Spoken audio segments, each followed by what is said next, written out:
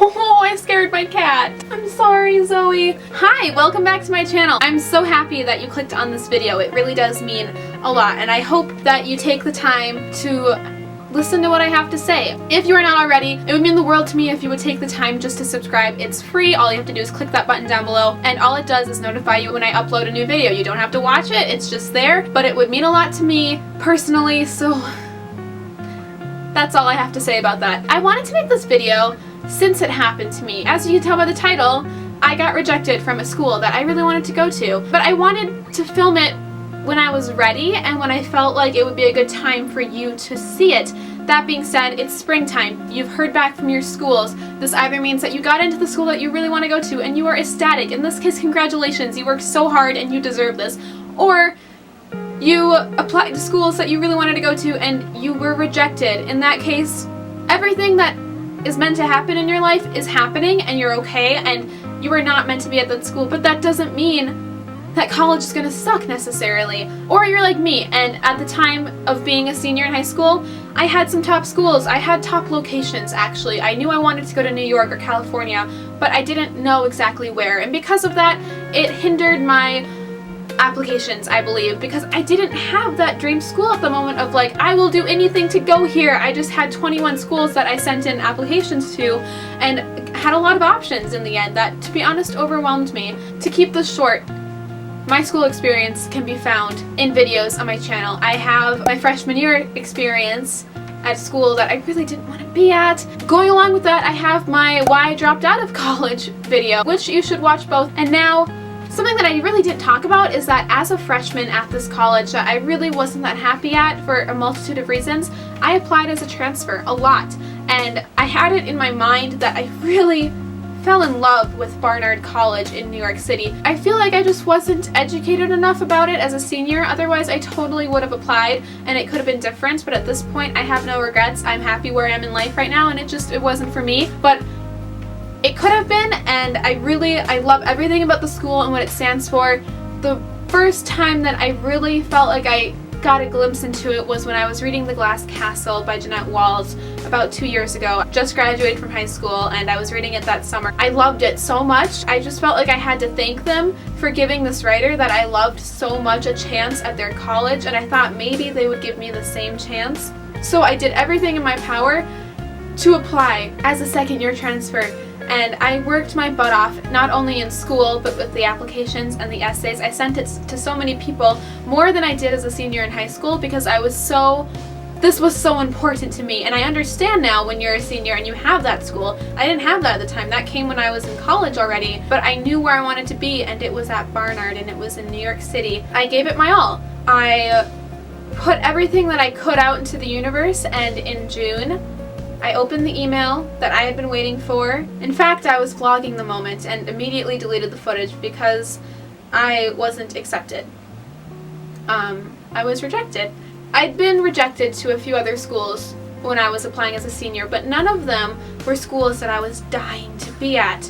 And it hurt. I was sad. I was envisioning a future out there, and it wasn't going to happen just by one tiny email, and it really brought down my mood. And not only that, but I was screwed for next year because I was just planning to transfer. I didn't want to go back to where I was staying, but I had to, and actually I didn't even re-enroll, so I had to do a lot of things over the summer. I was completely 100% all in to Barnard College. That's how determined I was.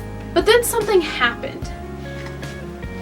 There's this law of the universe. I forget what it's called. If I had more time on this memory card, I would totally go to my journal and find it, but it's a law of the universe where it's about equilibrium and balance and how yin-yang plays a role, and how when one thing happens, the opposite will happen to kind of keep everything in check. Going along with that, there's another rule of the universe where whatever you are vibrating and putting out there in the world of like energy and all that stuff, you're gonna get it back.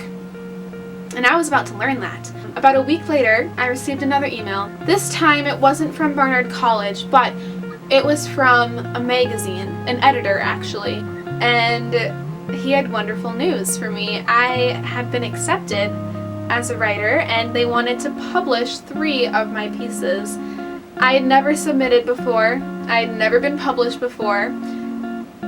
and I just received one of the best acceptance letters of my life. I still have it, and I wish it was more sentimental than just an email, but it's there nonetheless. And I remember being at work. I was teaching preschoolers over the summer, and I opened my email, and there it was, and I almost started to cry at recess with these kids because I was gonna be a published writer, and at 19 that felt unreal. It was wonderful news. It was the best news I could ever have received. And I went home, and I had never been more excited to share news with people, more excited than when I got accepted to schools. This was what was really important to me because I'm a writer, and that's what I want to do with my life. I want to write, I want to be a published author, I want to have my memoirs and poetry out there. I want to affect people longer than I will be alive, because I think all writers have that, a desire to achieve immortality. So we write because nothing can die once it's on paper, and we might die because we're flesh and bones, but our works will stay for centuries,